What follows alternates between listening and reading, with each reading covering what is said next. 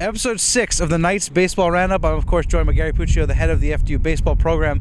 Gary, it's freezing outside, and I mean that legitimately. It's 32 and under. How are you feeling right now? Yeah, welcome to Northeast Baseball. It's nothing but the best.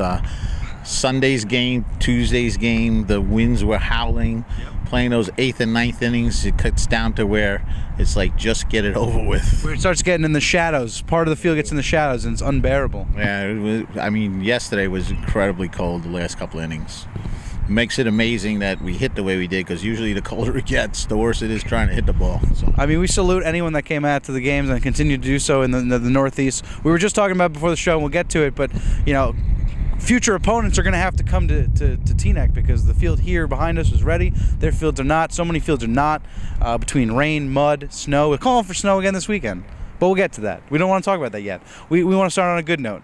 All right? First, we'll start out with the weekend in review. Is that okay with you, Gary? Sounds good. Wait, you know what? We'll do the alumni question of the week first. How about that? You want to do the alumni question of the week? All right, I'm going to take it away, Gary. Alumni question of the week, our first of the season. Yeah, one of the alumni sent in a question asking why the schedule this year is pretty much identical to last year's schedule as far as the conference games are concerned. I know for whatever reason the league did do exactly that. They went with where you're just playing at the opposite site. So Sacred Heart was our opener last year, home. Now it's our opener away. Wagner the second week was away. Now it's home, and so on. And we end with Mount St. Mary's again, which was away last year. It'll be home this year. I'm not quite sure why that was done that way, but I do know that they seem to have a contingency plan, because next year we're supposed to be going back to 32 games in the conference, and that means that they're going to either play two schools twice or add some teams. I'm not sure which. I think the current plan is to just play two schools twice. So for the 2 years in between, they just felt they would keep the same schedule and just rotate the home site. All right. And which alumni sent that in? I would send it to John Bittman, because John's always our man. He's always willing to send in questions. We want other alumni to start participating.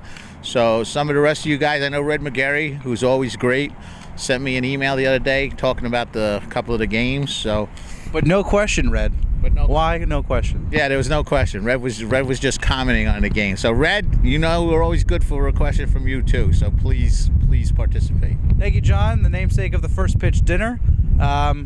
We'll have another question for you next week. Now let's get to the weekend in review. You got St. John's to come out here. Weather be damned.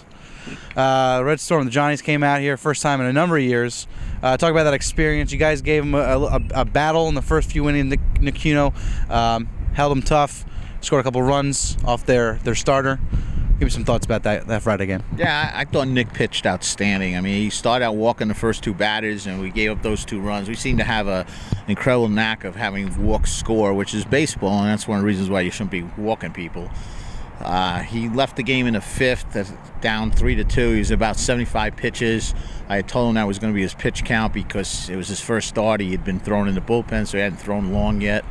So we kept him at 75. He did a great job. Unfortunately, the bullpen came in, and I think they gave up. The game went from 3-2 to 11-2 in a matter of 5 outs. And the sad part is I think there were 8 walks during that time and only 3 hits by St. John. So we kind of gave them the game. I mean, they're a good ball club, and obviously it would have been an uphill battle to beat them. But it just hurts when you're in the game and you're playing well, and now you just walk the world, and it's just, instant loss. So I was kind of upset about that. But overall, I thought we gave him a good game with our starting pitcher out there.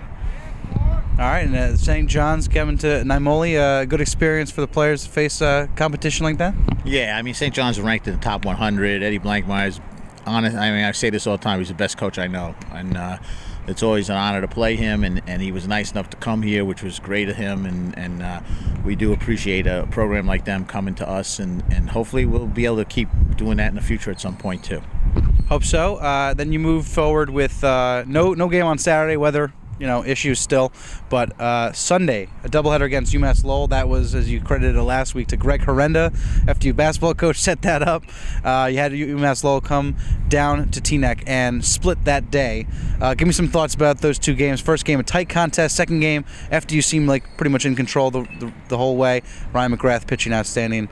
Give me some thoughts on the DH there. Well, first of all, credit to Greg Horrenda for showing up at the game. So he did show up and make an appearance, which was, considering it was his school, it was nice of him. And Greg, to be honest, Greg's been out here all the time supporting us, which is, in fact, his whole staff was here on Tuesday, which was terrific.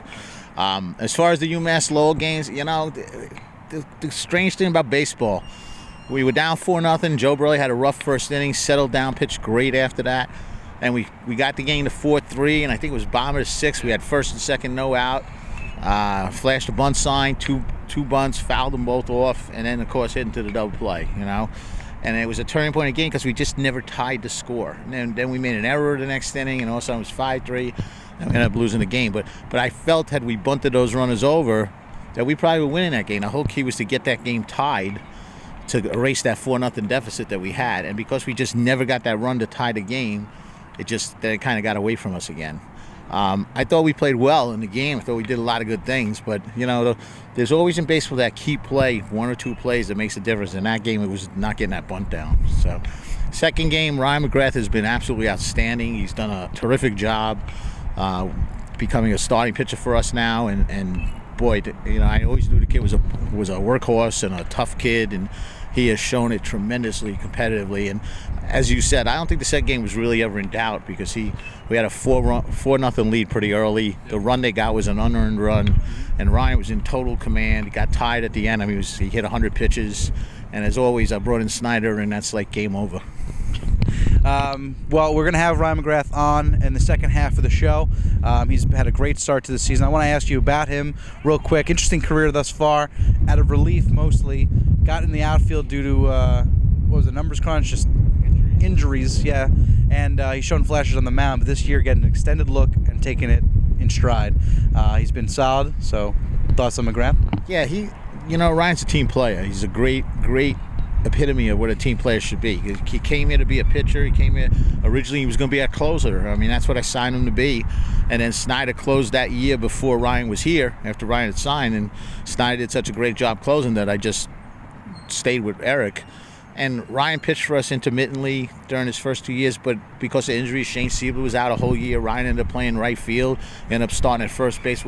He's one of those kids that says, whatever you need me to do, coach. And he's, honest to God, been 100% that way since the day he got here. He cares about winning, and we just need more Ryan McGrath because he's definitely doing a great job for us. We're very happy with him. Gets emotional sometimes.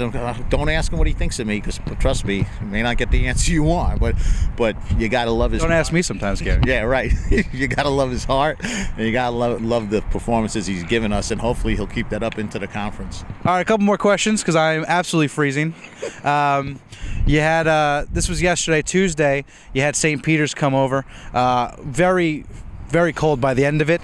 And also at the end of it, just a kind of a stunning quick turnaround. You were down, and in a matter of minutes, it was, we were just talking about it, in about 20-25 pitches it seemed, you had several hits, you had the lead, and you ended up taking the game against the Peacocks. So, give me some thoughts about that game. Yeah, bottom of the eighth, we went from 1 out, nobody on. 4 batters later, we had the lead. I mean, it was mind-boggling. I guess it was 5 batters. We loaded the bases, and then Dylan Spray came up with a big double to drive home 2 and put second and third, and then Ryan Brennan fouled with a game-winning base hit that drove home 2. So, yeah, 1 out, nobody on, bottom of the eighth, down 5-2, and 5 batters later, it's 6-5 Knights, and Snyder was on the mound, and that meant it's over. All right, well, there you go. A nice win, and now we look forward to this coming weekend. Hopefully, I mean, listen, they're talking about weather. Bad. I don't want to talk about it, but we will talk about your opponents. Lehigh, they are coming now for, it was supposed to be a doubleheader, home and away, both days, Sunday and Saturday. Now it's both doubleheaders here at the Numoli Complex. Give me some thoughts about them. You know them pretty well. You faced them last year, every year, and you got them for 4 games this weekend. And I think I'll talk to you next week before we get Monmouth. They might even be coming down here, you said. Right. But just let's preview Lehigh, the weekend 4-game series.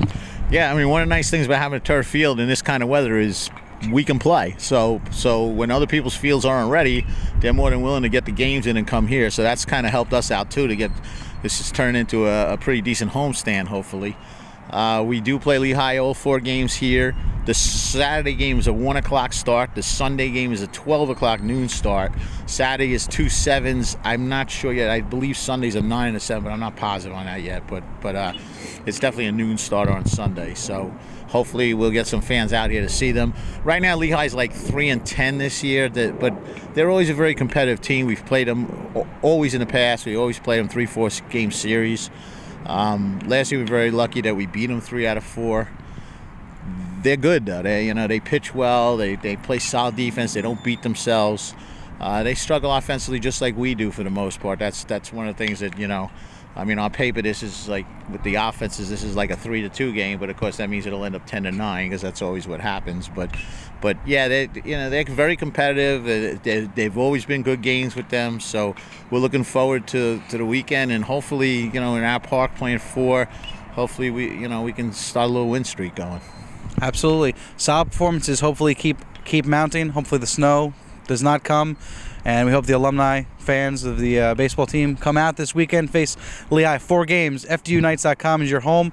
You go to the schedule, you see all the days, and if we have any updates on the games, game times, everything like that, you check it out. Gary, thank you again for your time. And Mr. Langford, where's the dome? Wasn't I promised a dome on this field? Look at the beautiful sun. You don't want this sun? Dome. I thought I was getting a dome. I don't know. Every Northeast school should require some kind of shielding, right? But anyway, after the break, we got Ryan McGrath, junior starting pitcher. Thank you for watching another edition of the Knights Baseball Roundup. Gary and I will be back next week. Thanks for watching this week. Stay warm, folks.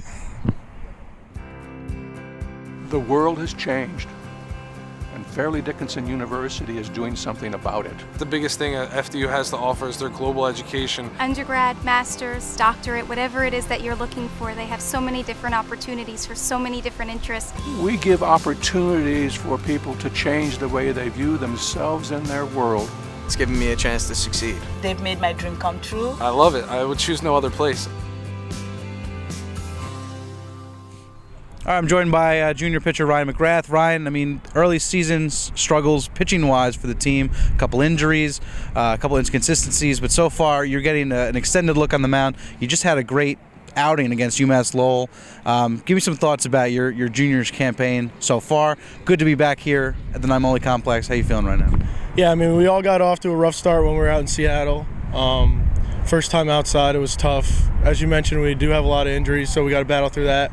But coming home, it's good to be home, but weather's tough. Just got to go out there as a pitcher, got to go out there, throw strikes, get ahead of batters, get us back in the dugout. Our offense has been playing well. We've been hitting the ball good, so they give some run support, and we just got to go out there and throw strikes. Yeah, what'd you see in your start on Sunday against UMass Lowell in there from the lineup? The lineup's been pretty solid this season. Give me some thoughts about the team as a whole right now. Yeah, that game, it was very cold outside, so it's to say the least, but it's tough. When days like that, batters don't want to be in the box, so you got to get ahead of them quick, and then hopefully we'll put up some runs, which we did. So limit their runs, limit their base runners, and then come out on top like we did. I like that view. That's the view that I've never really thought of with the Northeast. It's freezing. We always talk badly about it, but that's a good view. I like that the hitters are kind of like impatient already, aggressive as they are, but the cold weather kind of makes them more so. So you're mindful of that. Yeah, their hands are cold. They're freezing. They've just been out in the field the whole time. I was in the dugout with a jacket on, so I'm warm getting out there. Just got to get ahead of them and get them out of the box. All right, so junior season off to a solid campaign so far. Sub-3 ERA, doing pretty well. Give me some goals you have for yourself this season. I just want to continue to go out there and keep us in the game. Just battle every time I'm out on the mound. Like I mentioned, just throwing strikes is the biggest thing for me. Got to get ahead of batters, and hopefully just keep getting some W's. All right.